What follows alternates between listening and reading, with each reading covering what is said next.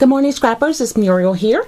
I wanted to come and show you a project that I've been working on. I'm going to be in a swap. Well, I'm in a swap, and I just finished one of the excuse me, projects that I made for her, and I'll show the video once she receives it, but I wanted to show it to you so you can hear how it was made. Now, I found this tutorial over on Tammy Tutterow's blog, and she is a fine designer, and she has a series of tags that she makes that are absolutely beautiful. So I created this one. It's called Inspiration, and I wanted to show you all that I used to put this together. So I started out by using this tag from this set. This is the Teresa Collins envelope tags and bags. There's 26 pieces in here of tags with the envelopes and different shaped tags. And I think I found this over at Michael's, since she has a lot of, they have a lot of Teresa Collins projects. So this was a tag I used. And what you do is you put a stencil over your tag. So I had in my possession the Tim Holtz layering stencils, and I haven't worked with stencils before, so this was the first time. But these are over at Michael's, and they're not pricey. Maybe they're $11, so just get a 40% coupon. But it comes with 2 stencils, and this, I believe, is called the Gothic. And I'll show you what it looks like, because I've only used one so far. But that is the stencil. Hopefully you can kind of see the pattern. So it's really, really pretty, of flowers and leaves. Okay, so basically you have your tag, you lay your stencil on top of the tag, and then you begin to pounce it with your dauber. Okay, this is the dauber that I use, of various colors of inks. Now, that tag, I use some of the Broken China Distress ink, some Mold Lawn Distress ink, peeled paint, and spice marmalade. Okay, I recently bought a few colors that I did not have. I'm really loving working with these inks.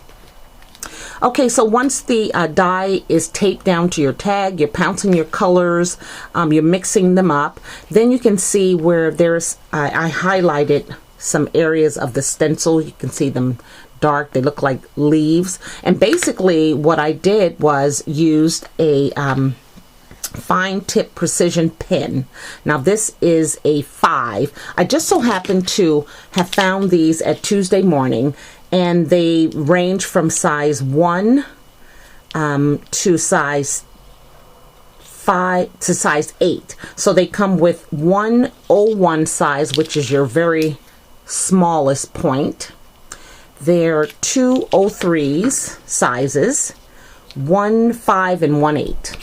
So this was a good deal. They're by American Crafts, and I had some in my stash already, some really good ones. These are the Prismacolor, and again, these markers have the same size as 1. You can see it's kind of listed there with the numbers, but there's an 01, 03, 05, 08. And then a C, and a really thick one, and then a really, really tiny small one. So these are a bit pricey at Michael's. They're probably $20-something. You want to definitely use a 40% coupon. But if you happen to go to Tuesday Morning and find these precision pens by American Craft. So basically the smallest point, which would be the 01, with the stencil on top, I just highlighted those areas, and it really makes it pronounced. I think this is such a beautiful tag. So once all that's done, it's a lot of misting of water and spraying of glimmer mist.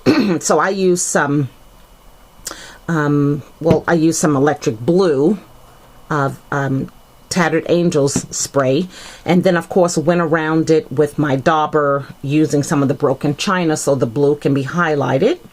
What you'll see here is this metal border molding strip. I'll tell you what Tammy uses, I don't have, but in my stash I found something, and I've had these for a very long time, probably 2002.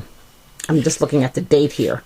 But it is a molding strip, a rope pattern by Making Memories, and you can kind of see what they kind of are able to do with some inks. right? So basically I just cut off a piece, and I know that I daubed it with some mushroom ink because I didn't want it to be silver. You can kind of see that the difference in the colors is not really silver. And I just used one of those Chit Chat tickets from Tim Holt, called it Inspiration, and this metal piece is stapled to both ends.